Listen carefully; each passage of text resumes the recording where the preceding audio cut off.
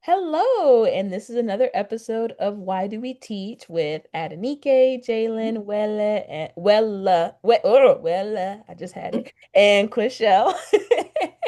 And today, what we're going to be talking about are targets and how we would utilize those in our classrooms. The objectives are explain the necessity of clear targets to assessment quality, classify learning targets by type, deconstruct learning targets as needed, and select from options for sharing learning targets with students. So essentially, we're going over the definition of targets, the different situations we'd use them, and the best way to utilize them in our classrooms. And to start us all off will be Quishelle. Go ahead, girl. Well, thank you, Ananike, for that amazing introduction for our podcast this week. So now we'll be discussing and going over some key objectives for this week's chapter while we assess clear learning targets. So, in order to understand and achieve clear learning targets, you need to understand what is being assessed. So, pretty much, what are the clear targets to your audience, which are ensuring your students understand and are able to comprehend your clear targets. Also, learning targets equal academic success. Targets, if done correctly, will display what we want our students to know and to be able to do. In this chapter, it mentions having a visual diagram target for your students to see what they are, where they're at pretty much, and having levels describing each target section, and then displaying the next target goal for where you want students considered where you want them to go in general. Then having a final target destination when they complete all their assessment shows if they're on track or not. So pretty much it's like a big diagram that they can follow and you can track to see your students' progress. Pretty much this will increase the students' motivation to reach each target as they progress, which is overall increasing their educational development. Overall, the assessment progress process is essential to help determine the efficiency of each learning targets, ensuring that students are on track and not falling behind on their goals. It also helps identify and show visually where students are and where they may be needing additional support. And this provides feedback for both the students and the teachers. Assessing clear learning targets will ensure that students are progressing towards their intended learning goals. And at the end, it shows the clear targets are effective and efficient for everyone. So again, that was my objective. See, what I love most about what you were saying was how targets are really just used so that everybody's on the same page. That's really what I got from you. The Yes, teachers letting the everybody's on students, track.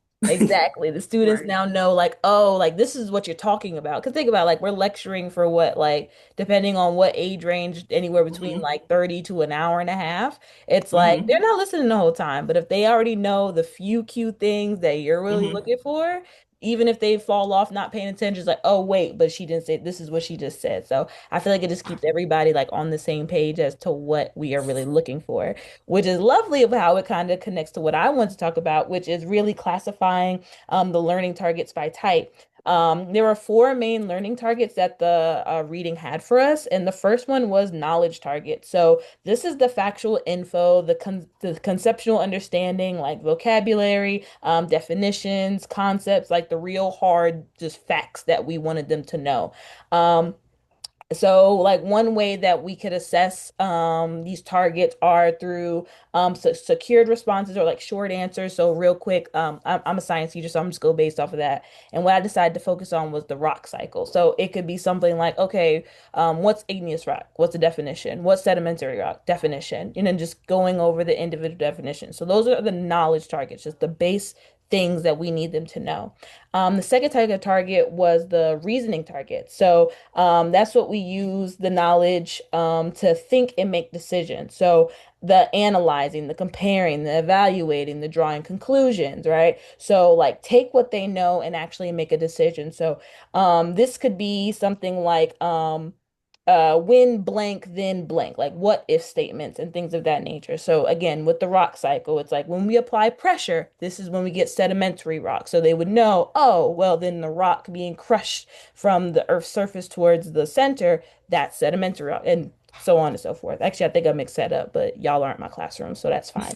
Um, but So that would be like the reasoning targets. And then the next type of target is skill targets. So this is the development of the processes, and development of proficiency in these things. So taking these facts and actually being able to turn out actual thoughts from this. So I'm sorry, my laptop's going off, so y'all can hear that. So for example, like if we were to do some sort of activity and I'm like, well, this rock is really, really hot, and it's in the middle of the earth, but it came out of a volcano. What type of rock is it? So this is like, okay, you said it was hot rock, it came out of a volcano. Oh, this must be igneous. And then them that actually having to go to, oh, if it was igneous, then what did it start off as? Oh, magma. So it's just kind of starting to make them actually think about the process as a whole. That's kind of like how I got thought through it, is the actual skill of taking this knowledge and applying it. Like, yes, we can analyze it. That's the reasoning targets. But now it's like, okay, let's apply this knowledge, which then takes us to the final target, which is the product targets. And those create tangible products. So whenever you guys had projects in class, like this would be the product target. So rubrics are usually used to assess this, as we've all had projects and have projects even currently, right? So this is what we do. So again, sticking with the rock cycle, an example with this would be, hey, create a rock cycle poster where you're showing me how it goes all the way around and the intertwinings and things of that nature. And I would give them set rubric as to what information we need. Oh, I need one fact about igneous, an example of an igneous rock, where we could find it in the earth, and give them the rubric so they can actually fully think about it, apply it, and reason, essentially using the other targets in order to even produce this last one. So, and I then pass it off to Miss Jalen for your Yeah. part. Thank you, Miss Adenike. I love your definitions to your targets. So I'll be talking about learning target number 3, which is deconstructing learning targets as needed. So based on objective number 3, in my viewpoint from the chapter, deconstructing learning targets in plain words, it just means that if a learning goal is too big or fuzzy, which as we as teachers need to break it down into smaller, clear pieces so that we know exactly what the students need to learn. So the chapter gives us step by step. So first, it says that you need to set clear learning targets, and having clear learning targets are key to good assessments. So targets are things that you want your students to know or to be able to do by the end of the lesson or unit. But these targets come from standards, like your state standards that we try to align our lesson plans with. So to start deconstructing, you start with the standard. So I'm going to use the example that Dr. Williams shared on our Blackboard thing, which aligns with my area because I'm PE and Mrs. Nimley. Ms. Nimley. Yes. Yay. Okay. So I might have a standard that says students need to demonstrate a bounce pass. So that would be a big goal. So then I would have to try to break it down for them into little smaller pieces so that they can understand. Like, what knowledge would they need? They would need to be able to describe and identify what a bounce pass is in basketball. And then what's the reasoning? So then they would have to determine when to use a bounce pass in a basketball game. Next, what skills would the students need? So the skills they would need would be like dribbling and back. Uh-oh.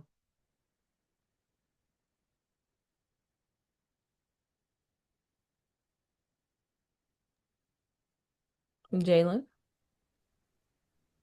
All right. Yeah, I think she's. She froze out. All right. Well, All right. I was going to we're continue gonna with objective 4, and then yeah, when go she ahead, comes and back. we'll bring her back in. Yeah. Okay. So, Okay. That is mine. oh, I'm never mind. sorry, you can go. No, you can go. No, bro, Okay. you froze. You I did. did. Yeah. Uh-huh. Oh, We did y'all hear anything? we No, No, you did, didn't but like to a finish. certain maybe about point. 30 seconds ago, you just froze. It was like, oh, her laptop Wait. must have died. So if you want to go Okay. back like You, 30 seconds. Um, Let me just, you y'all. was talking about bounce pass, and it just kind of Um, froze on you on there. okay. So basically, I would like them to learn what a bounce pass is. Let me just start with deconstructing. Let me start back again. The example that Dr. Williams shared, demonstrate what a bounce pass is. So now that would be a big goal for them to learn. So I had to chop it up into smaller pieces. So the knowledge they would need to be able to do that would be describe and identify what a bounce pass is in basketball. And then the reasoning would be to determine when to use a bounce pass in basketball. And this next will be the skills the students need. So dribbling a basketball consistently, at least on one hand, and then the product would be dribbling for at least 30 seconds. So all the targets that Miss Adenike shared and the nice definitions, the knowledge, the reasoning, the skill, and the product target are very important because I'm sorry, our assessment should match what we're teaching. And if the targets are clear for us to teach, then they're clear for the students to understand as well. So hopefully y'all got that, and I'm gonna pass it on to Miss Nimley. Nimley, Miss Wella. Let's Yes, go. ma'am. So my part objectives pretty much talking about how teachers share learning targets. One quote in the reading that stuck out to me is targets on the wall are not targets in the head, which is totally true.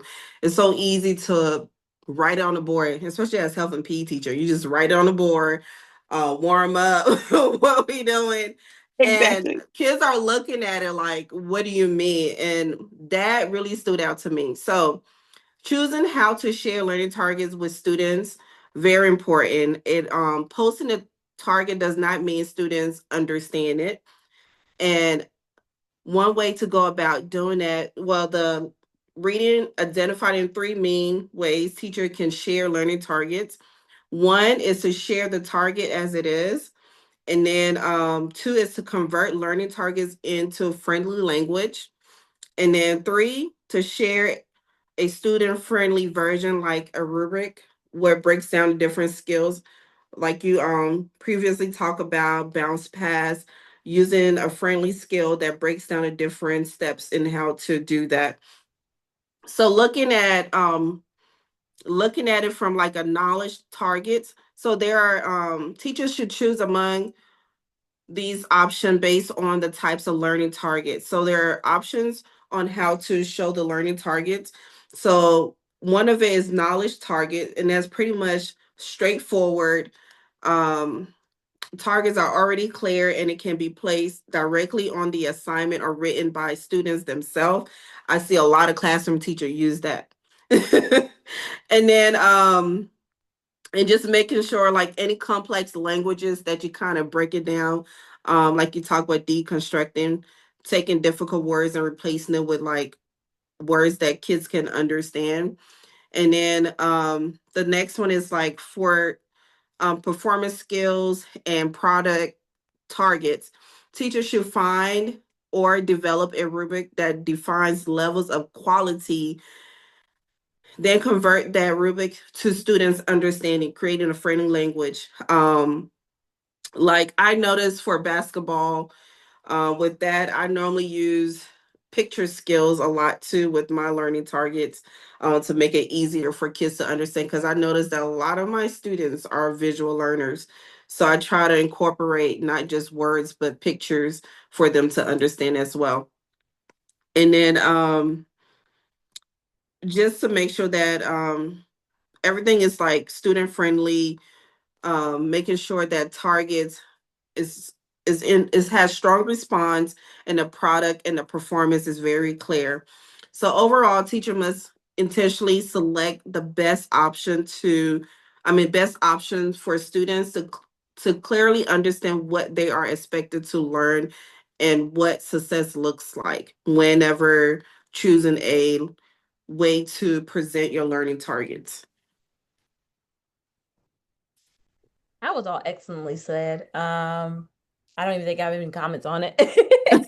Because it's like you piggyback a good bit off of really all of us and what we've said to come to your conclusion. So that concludes this first segment of our podcast where we're talking about the objectives, really getting into what the readings were trying to get us to say. And we're now going to move into the next part where we reflect on really truly reflect on the information and try to apply it to ourselves as much as possible, as well as figure out, do I even want to do this? How am I going to do this? Am I scared to do this? Is this really too much? And really apply it. So I cannot remember who was first, but you go ahead. I believe it's me.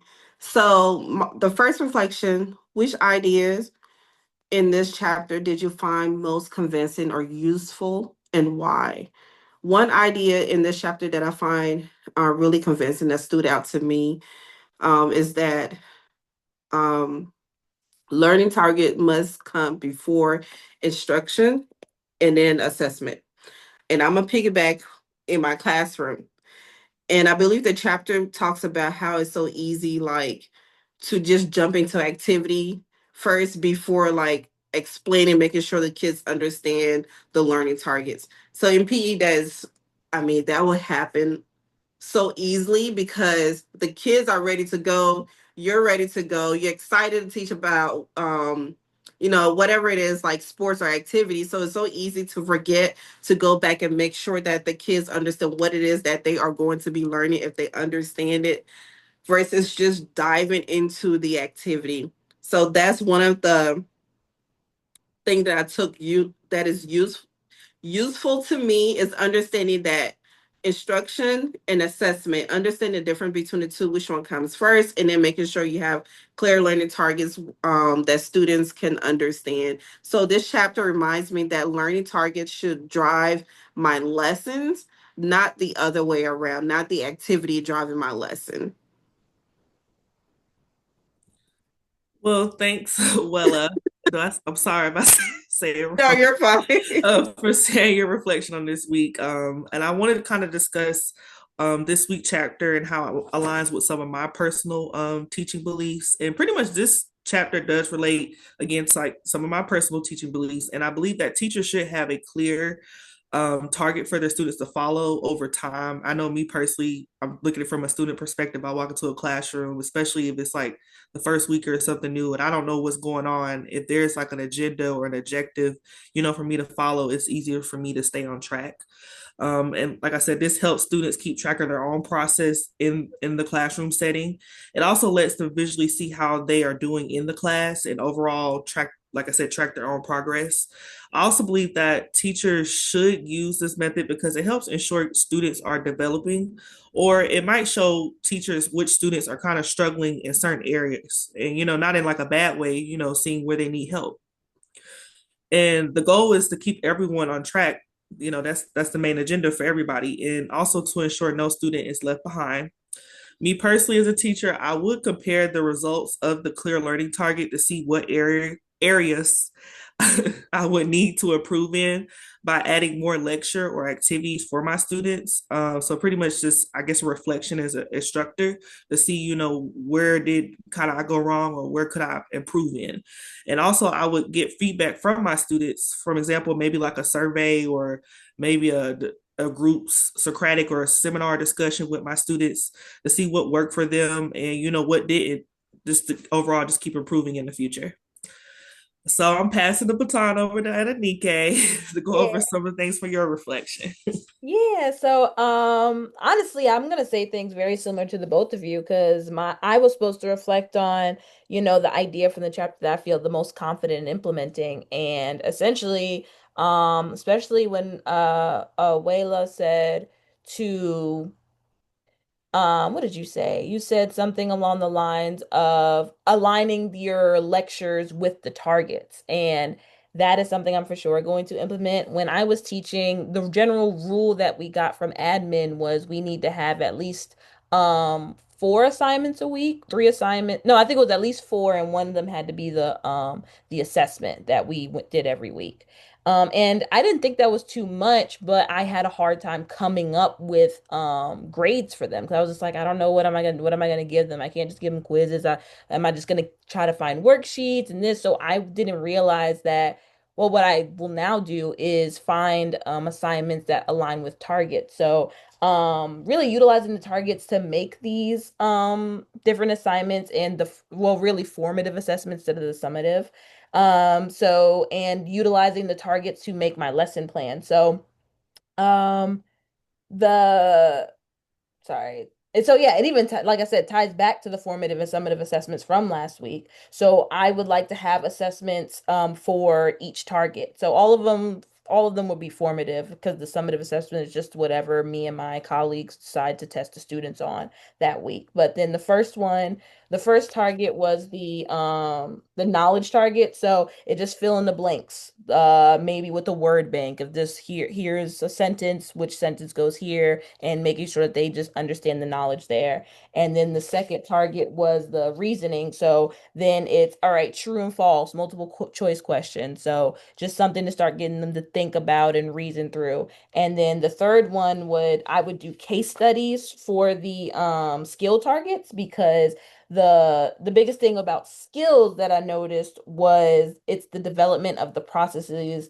and actually using and drawing conclusions. So if I do a case study with them, then it's something that's like, okay, here's the scenario. How can you use this knowledge to get this person an answer? So again, with the rock cycle, it could be this scientist. What did I write down? I said a scientist found a rock that had XYZ characteristics. Where do you think he found this rock?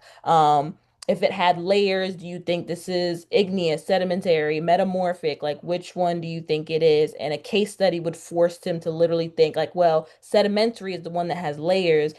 Igneous doesn't have any layers because that was fresh out of the volcano. So they would force them to reason, actually draw conclusions and use it. And then, like I even said earlier, the product targets, here's a project, do the rock cycle, do a poster for me, connecting them all, giving them the rubric, and forcing them to create something with that. So really, this chapter just helped me realize how I can already do at least what my admin was making me do, which was, hey, you need at least three assignments outside of the assessment. So now I just know how to even do that. Because before I was scrambling, trying to find worksheets online and creating things and do it. I was like, just didn't know what to do. But now knowing that, oh, I can have one that hits this, have one that hits this, have this, this, it just helps. And then depending on what we're learning would determine whether I need to do the knowledge. Like for the igneous rocks, sure, I can do the knowledge base, but it's probably not going to help them too much. Like the other three would probably be more helpful, because after I tell you what igneous rock came out of the volcano, you just okay. There's not much more I can really test you on after that or ask you about. That's just what it is. So Jalen is going to close us out with the last reflection for the day, and then I'll come back for the conclusion. Awesome. All right. My reflection was what's something that makes me nervous about implementing. Am nervous about, teaching. So as a first year or first beginning teacher, something that makes me very nervous is how to break down the PE standards into the right types of learning targets. So the knowledge, the skill, and then the product. So, and then turn them into super kid friendly terms, as Miss Welle said. Mm-hmm. So that's gonna be a little challenge. So I can't just tell them go kick a ball. I need to tell them like, y'all, today we need to learn how to kick a ball to your friend who's like on the other side of the gym. I know we can do it, but I just Miss Little need to see it. We can do a game. So I need to learn how to, put them in kid friendly terms, but make sure we're actually learning. And like Miss Wella said, how to set your target before doing your lesson. So we just can't go playing basketball. Just can't play a basketball game. I need to actually like implement what's the point of the basketball game. Like, yes, we can have fun, but I need to see if you can know how to pass the ball, if you know how to dribble the ball, if you know how to shoot the ball. So those are the things I'm really nervous about, and how to keep them motivated with that learning goal. So like if they're making good passes, I need to be able to like get them excited about Miss Little. I did my own pass. Did you see my pass? I did an overhead pass. I did an underhead pass. So doing those things, I just I'm really nervous about that, but I'll try my best. And from all the great knowledge you ladies have, I will do my best. So that's I what I'm just nervous about wanna doing. I just want to piggyback on that. That's one of the great thing about PE. It Mm-hmm. seems like we have like a kind of like a separate department that actually Mm-hmm. provide us with our standards and our lesson, and then Mm-hmm. like I mean you could like they have specific resources where you can go to, and they have to lessen your targets and everything, have it Yeah. laid out for you, and then how it fits in with your standards. And then another thing, I work at a creative arts school, and Mm-hmm. so we have band, we have dance, we have Same art, we have theater, drama. we have PE, we have Mm-hmm. music, and then we have library, of course. But I was listening to when you said having feedbacks and extra activities. I know a lot of our homeroom teachers or general ed teachers incorporate the arts within their lesson. And Mhm. I just by being in the classroom, sometimes when I go in there to help, um I notice a lot of the students tend to understand it more when they start connecting what they have learned within the Special arts, areas. and then Mhm. cross learning in the classroom. For Mm-hmm. example, right now I know the fifth grade math, learning about shapes and stuff like that, 3D shapes. So like one of the games that I had played with them was hula hut hunt, where Mm-hmm. they form 3D shapes. And then the target of the game is to be able to knock down the other team's hula hut, and the team that have the most hula hut standing wins. But Mm-hmm. they had the time to build 3D shapes and understand what they are and the different types before we got into the game. So when they got to fifth grade and started going over it, hey, we already played this. I know what it is. I know what this is, Mm-hmm. because they had a visual. And Mm-hmm. I noticed that when you incorporate some of the arts within your classroom, it Mm-hmm. helps students, you know, grasp onto what it is that you're teaching. I do like that. When you said that, it just brought. I'm sorry, y'all. The movie Like Mike, when I forgot his name, Bow Wow, and he couldn't do his geometry, and so he had to do the basketball. The he had to do the paint thing on the on the window. Do you remember that scene? So he incorporated basketball to geometry. So what you said, I know is correct. So that's just it's great, wise information. I do understand. Yes, ma'am. Yeah, I So think that that. extra activity, girl, hook them up with some activity, Yes, ma'am. right? Yeah. Get I them feel up and moving.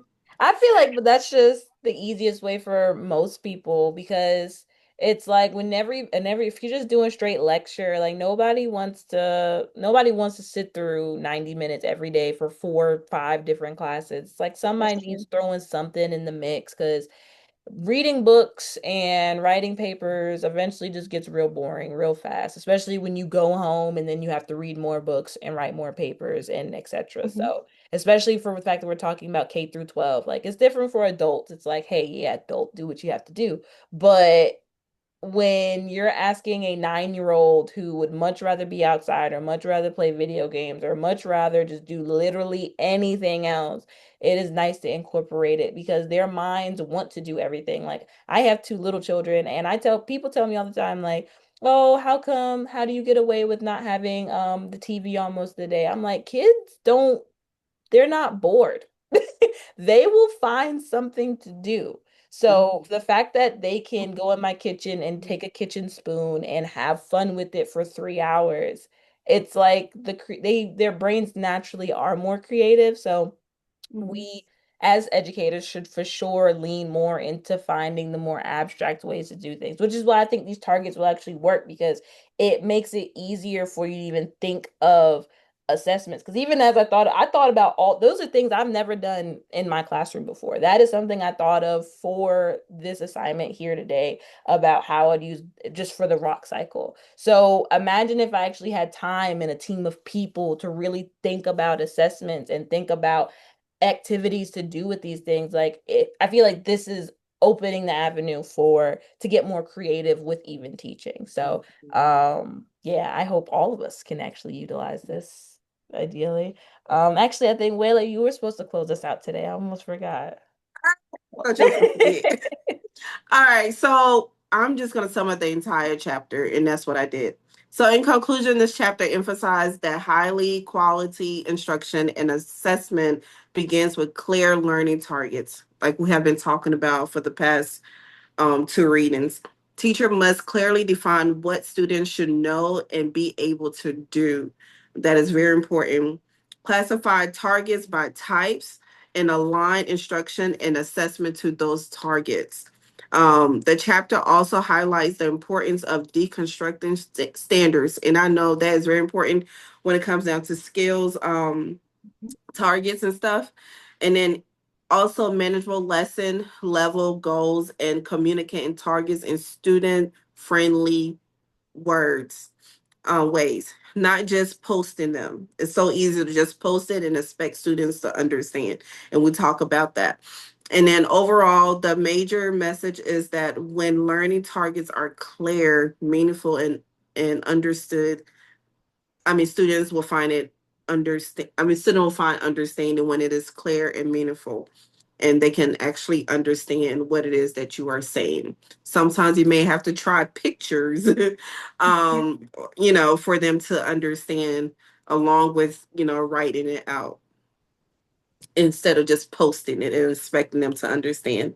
So by students, teaching becomes more focused, assessment becomes more accurate, and students are more likely to succeed. Piggyback on everything that everyone said towards the end, I heard feedbacks, extra activities to make sure students understand. That's incorporate some of the arts into those extra activities. Always go online, PE. Always have extra stuff online, classroom games that you can apply to your lesson. And then I also heard align your lecture with your targets, and then utilize targets to make lesson plan. Applying the PE standards is very important too, because it's so easy, like I said, to just dive into the activity and then not making sure that your standards fits whatever it is that you are teaching. Yes. That's some tea. Yes, yes, yes. But that concludes this episode of Why Do We Teach, which just sounds like for the love of it and for the enrichment of the children, right? That's why we do it in the end. Yes. So I'll see you guys next time. Bye bye. All right. See you guys Sunday, right? Bye. Yes, Sunday. Yeah. Sunday. Like